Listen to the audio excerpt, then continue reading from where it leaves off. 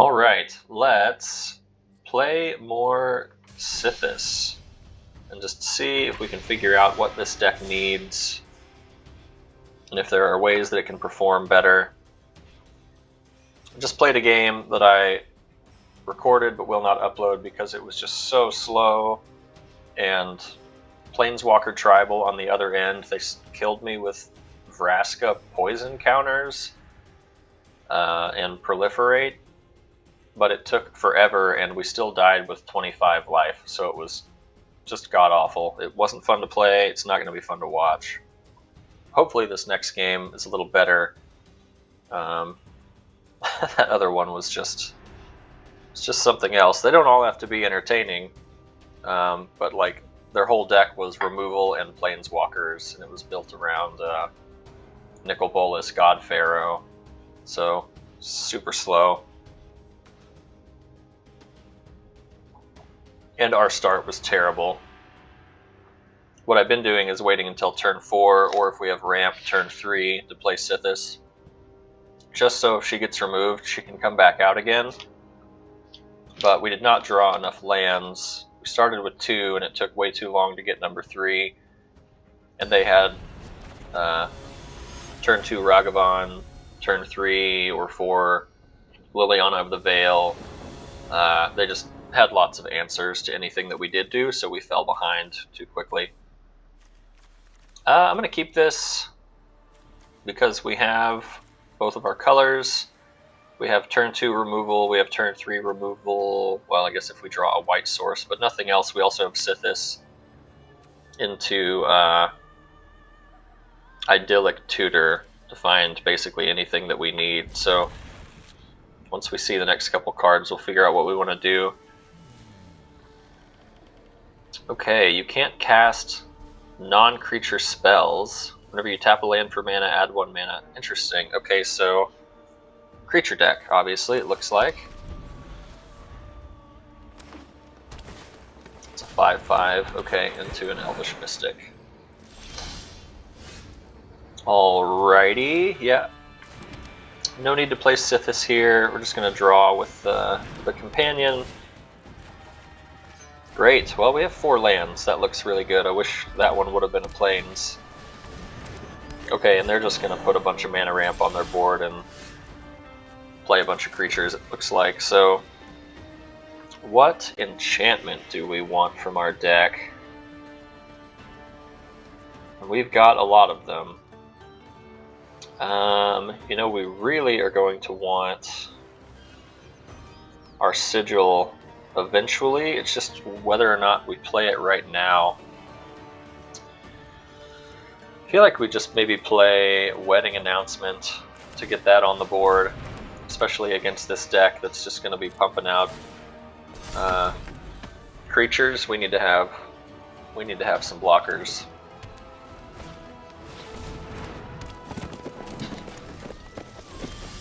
Okay, and this is, they have to tap a land for mana, so it kind of works in our favor that they have not been doing anything with their other creatures. I think we're just going to go ahead and tutor for it. I don't see why not. Let's play Idyllic Tutor. It's so great to have that in our deck. We could tutor for removal. I don't feel like we need it right now. Dryad would be nice for fixing, because I guess we're going to need it for Sigil, aren't we? Man, yeah, would that be a bad play to pick up Sigil when we can't even play it? Feels bad to have used the tutor and to not even find what we need. I guess we'll get Restoration to find the plains, and then we have other tutors in the deck. I feel like that's also going to be harder to remove than Dryad, which could just eventually die to one of their creatures. So no tax in the turn. We're not going to really get to draw off of Veil of Summer, but we can make things uncounterable, and we can, well, that's basically it. If we make a play that really matters, that's why we have Veil of Summer, and this ETB's draw a card. Okay, for 3? Interesting. Is that a combo piece? If you could play that for free and then bounce it, I could see how that would be pretty good.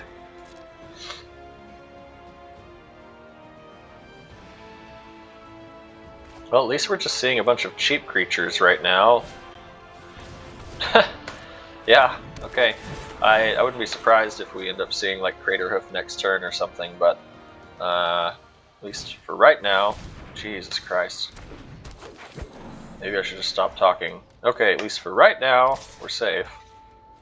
And we're not going to take 5, there's no need to. Just block it with the dog.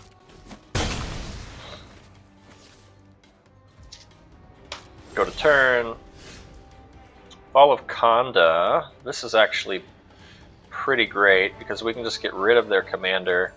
They have so much mana now, it doesn't matter, but at least they're not going to tap 4 lands for 8 mana. So I just wish we had one more land, man. That would have been so great because I want to play Sithis and this, but Sithis won't draw us a card on their own.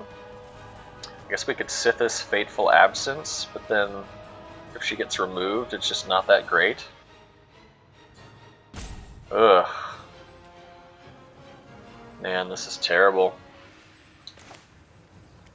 It's pretty bad. Could do this and then Sithis. Or we could Sithis Fateful Absence. None of these plays are that great, really. Like, we needed to draw a land so that we didn't have to search for one. I guess we're going to Fall of Khanda. Bad. Destroy their commander. Miss our land drop, which we really need to do something about. Cards in this deck, most of them are too cheap for us to be missing land drops, although normally I do want to be playing Sithis earlier, so it's also just a good learning experience to see how I want to be playing this deck.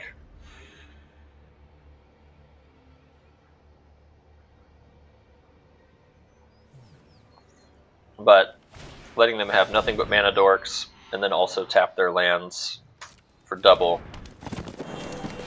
is not what we wanted there. That was a surefire way to lose the game. So I don't feel bad at all making them recast their commander and then swing for 1. We will take it. We'll take that trade. And then we will be upset that we drew something that was not a land. So now I am going to play Iganjo to find that land, because God forbid we draw one to be able to play Sithis and then to be able to play that card and draw. And now we just hold up Fateful Absence. There's no reason to attack here into what was a 2-2, a 2-1, and a 5-5. And if we get Craterhoofed, we get Craterhoofed. It just is what it is. Oh, nice. That's kind of cool. I don't know if I've seen that card before. It's pretty epic, actually. And then... Okay, alright. Hasters get to draw cards. Adapt 3. And then, what's a 3-5? Okay. A lot of mana and not a lot else going on over there, so... And I don't know what's the worst at this point. This is... Add 3 mana of one type. Double your lands. Pass to blockers, that's a 2-3. Yeah, probably just going to take 4. It's not really that big of a deal.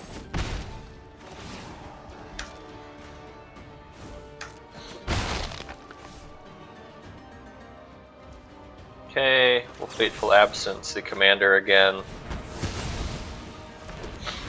since they seem to want that on the battlefield. I think that's better than the Druid. Good God. Yeah, well, let's play the...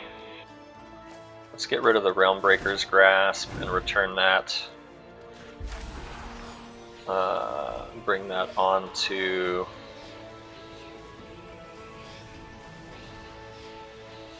I don't really know. This is just a Vigilance? It is the biggest one. So we'll go ahead and do that. And then we have a 2/4. Now I guess we play Sithis. And if we planar disruption something, this is a 2/3 haster. This is mana ramp. This is just a 2/2. Yeah, I guess we can get rid of the get rid of the ability on the Incubation Druid. Play land, that's nice, and then against a 2/3. Still no reason to attack here. So our deck is pretty slow. Definitely going to be looking into streamlining into the best enchantments, I feel like, which is what I did when I first created it, but I've only played this deck a few times, so I'm clearly learning. I'm so surprised we have not seen Craterhoof yet, and I'm really surprised we've seen more ramp than we have larger creatures. It seems like maybe they're trying to figure this deck out too. So we're going to take 7. I mean, we can't block the flyer. I guess we do block the mutt, and then we just take 5. We're going to gain life with Sithis, so I don't feel like we need to block the questing beast.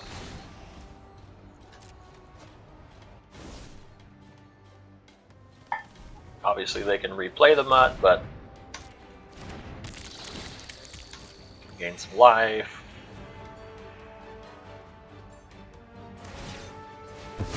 Sack the clue, draw a card.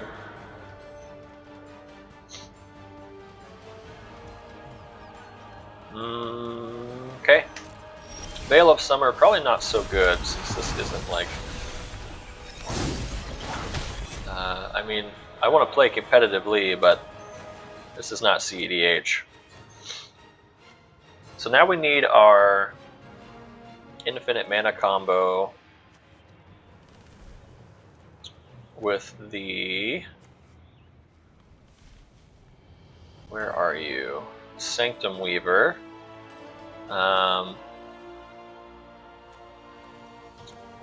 Yeah. Don't know if I should have Idyllic Tutored. What have they got? We've already enchanted 2 of their things. I guess we just do the same on Questing Beast so we can draw a card. There we go. Brilliant Restoration's nice. This is like our board wipe survival. We will play a land because we're not going to play the gauntlets right now just to draw. We actually want that ability.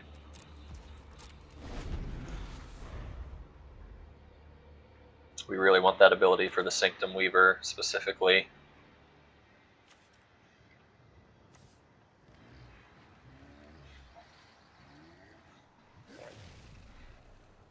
I don't have Avacyn's Pilgrim in here. I don't have Elvish Mystic or any of the other elves in here. I wanted to keep it as many enchantments as possible, but I do feel like I'm going to need to add a good amount of ramp other than Utopia Sprawl and some of the other cheap ramp that I have that's more synergistic. Because it would be nice to turn 1 Elvish Mystic, turn 1 Avacyn's Pilgrim, and to just have more mana available without having to rely on lands, especially since we get 3 or 4 of them and we don't always see more right away. Having some creature ramp would be really helpful. Commander costs 9 right now, which is great, and I can't imagine they really need it.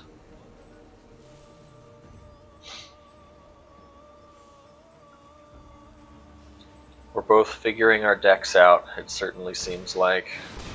Oh, the Hydra, cool. Yeah, they can double the counters on that thing if they want to. Or it can fight something. That's good to know. Hexproof from blue and black. Yeah, Veil of Summer is actually not the best in here. I'd rather have that white card that gives everything hexproof, period. This is a little too situational. And this is fine. They can kill Sithis, just play it again. And it's not really been helping us that much this game anyway, so...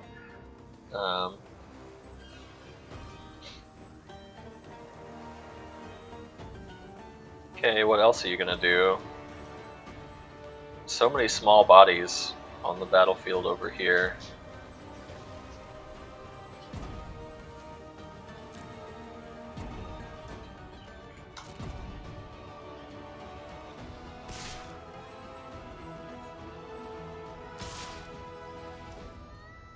Okay, I'm just attacking.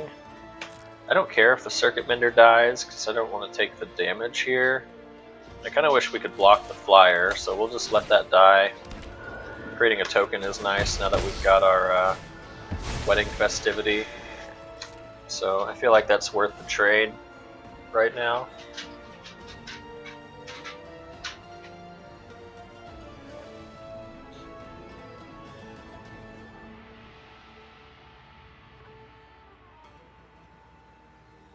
Okay, main phase 2. Nothing. Alright, so already thinking Veil of Summer would be nice to get out of here. We could... They're not playing blue, so I'm not worried about a counterspell. We could Sithis into Destiny Spinner so we can draw. And then we could start turning our lands into creatures, since we have 1, 2, 3, 4, 5, 6 enchantments on the battlefield if all these things resolve, so not too bad. So let's go ahead and play Sithis again. Veil of Summer probably coming out of here. Draw a card, gain a life. Hey! Okay, and now next turn we have... Well, it's not going to have haste, but here's our infinite mana combo with Gauntlets and Sanctum Weaver. That's nice. So go to attacks. We have a 7-8 and a 2-3. This really doesn't do us any good to attack here. Because we would just lose 2 of our tokens and we get in for like 4, and I'm not going to attack with either of these. This could block and die and draw us a card. That's pretty good. Rock's Oracle. Rock's Oracle!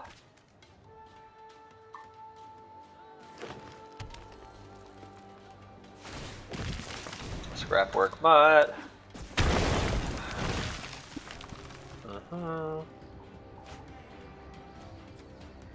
Kozilek. Okay, there's one of their game winners. Into a Dryad. Wow.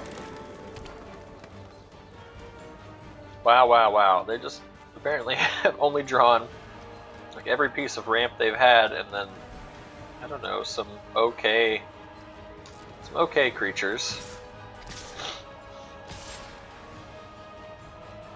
So we're going to take some damage from the Hydra here.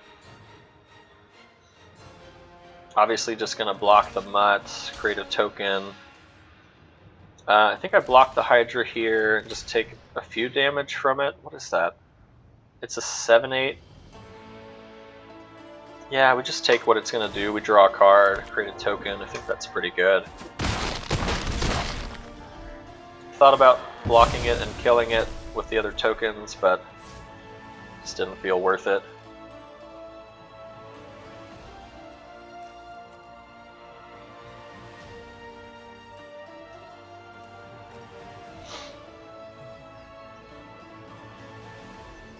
So I don't know if I can play Sterling Grove and then play the Gauntlets Sanctum Weaver. Might have to do that later. Alright, in the turn. What a riveting game. Here's our planes. So we can Destiny Spinner one of our lands, although that costs 4. What do we have that we can return? The Dog and the Fall of Lord Conda. It's really not that great. Let's play Sanctum Weaver. Draw a card, gain a life. The land is nice. Let's play Gauntlets of Light. Target the Sanctum Weaver. set that up for next turn. Ancestral Mask is a great draw, actually, so let's Ancestral Mask the Architect, because it has Vigilance. Get our draw on. Oh my god, we have the full combo. Swing for 24, create a 2/2. So now we create infinite mana with the Weaver by adding 7, untapping it for 3, add 7, untap it for 3. We cast this for 1, return it to our hand. When we cast it, we draw a card, we gain a life, and then we just rinse, lather, repeat until we draw our deck, and then get one of our cards that's going to give us Pegasus tokens or Angels, and then we pass the turn, and then the next turn we win with a bunch of flyers. Now this is kind of nice. We've got a 24-25 on board. That feels pretty good. So let's just do that, actually. Let's tap the Sanctum Weaver for 10 white. Let's untap it. Let's tap it for 10 green. Let's untap it. Let's tap it for 10 white. Let's untap it. Let's tap this for 10 green. Let's untap it. And we just do this over and over again. Tap for white, untap, tap for green, untap, and then we can play Meticulous for 1.